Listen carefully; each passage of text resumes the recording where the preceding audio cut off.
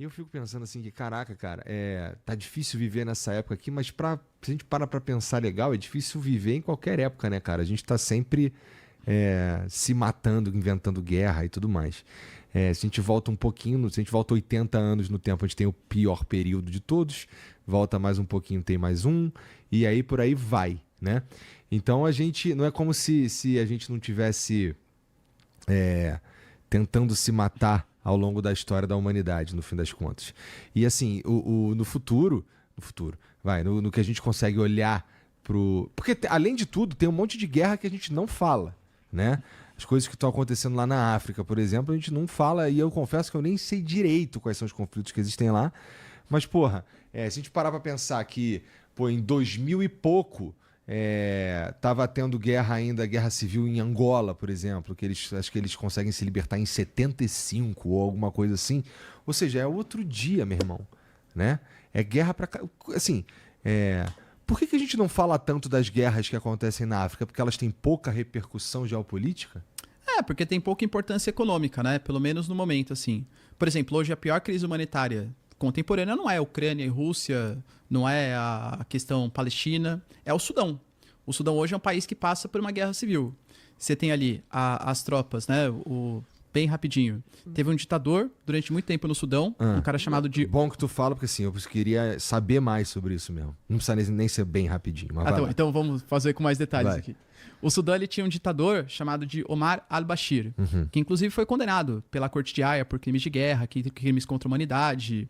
Ele atacou tanto os cristãos ali do sul do Sudão, atacou também uma região de Darfur, fez assim, graves atentados contra os direitos humanos. E ele foi deposto em 2019.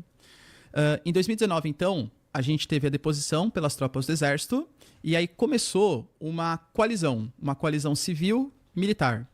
O general que comandava era um cara chamado General Al-Burhan, que ele falou, durante 2 anos, de 2019 até 2021, eu vou ficar como poder político, uma ditadura militar mesmo, mas você vai ficar os civis vão ficar como um conselheiro do governo.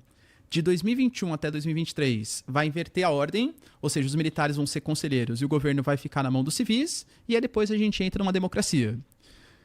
Óbvio, né? Os militares ficaram 2 anos até 2021. Quando foi ter a transição para o governo civil, tá meio perigoso o Sudão, hein? Porque existem movimentos jihadistas, porque as tropas do Omar al-Bashir podem voltar, e aí eles deram um alto golpe e continuaram no poder.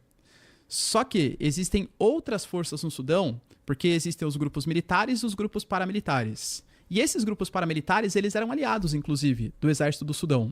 E aí tem o Hadan Dagalo, que é um líder desses grupos paramilitares, falou, pô, legal, então beleza, agora as tropas do exército sudanês estão no governo e eu ajudei vocês a tomarem o poder. Tá, beleza, qual vai ser a minha importância agora no governo? E esses paramilitares, o Dagalo, ele percebeu que ele estava sendo meio que colocado de lado. Ele falou, opa, se o Al-Burhan, que é o exército oficial, tá me colocando de escanteio, vou querer tomar o poder no Sudão. Começa uma guerra civil no Sudão que se estabelece até hoje. A gente fala de quase 13 milhões de deslocados no Sudão. Até esse tema voltou um pouco à tona, porque esses líderes, eles sofreram sanções internacionais, porque supostamente o Al-Burhan, que é o general, o líder hoje do Sudão, ele teria feito uso de armas químicas contra a população sudanesa e contra as tropas paramilitares. Então, o Sudão está em guerra civil, por exemplo. A gente teve um conflito que até pouco tempo atrás estava bem intenso, que é entre Ruanda e República Democrática do Congo também.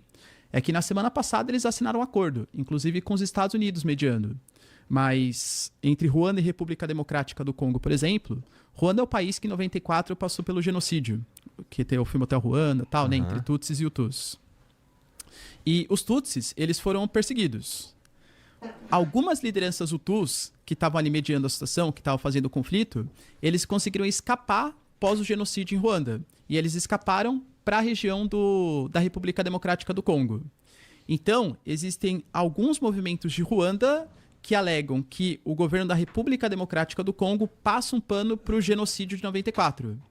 Surgiu um grupo chamado de M23 que quis dominar uma parte do território da República Democrática do Congo.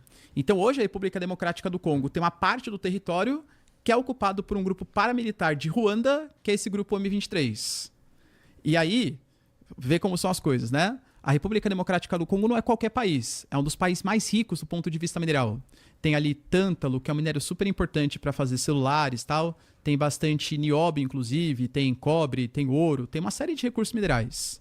E essas áreas que esse grupo paramilitar de Ruanda dominou é uma área que tem muito recurso mineral. Então suspeita-se que o governo de Ruanda esteja financiando o M23 para roubar esses minerais da República Democrática do Congo. Os Estados Unidos conseguiu mediar um acordo na semana passada. Tava lá o Marco Rubio, representante de Ruanda, tal, assinando o acordo. E os Estados Unidos, em troca, eles vão exigir algumas preferências na compra de minérios também, né? Não é que os Estados Unidos fez porque é bonzinho só. Entendi. Tudo tem uma taxinha ali, né? Claro, né? Para fazer o acordo, para conseguir estabelecer uma democracia, tal, algum tipo de transição pacífica, cobra uma taxinha de minerais ali. A China também faz, né? Ah, sim.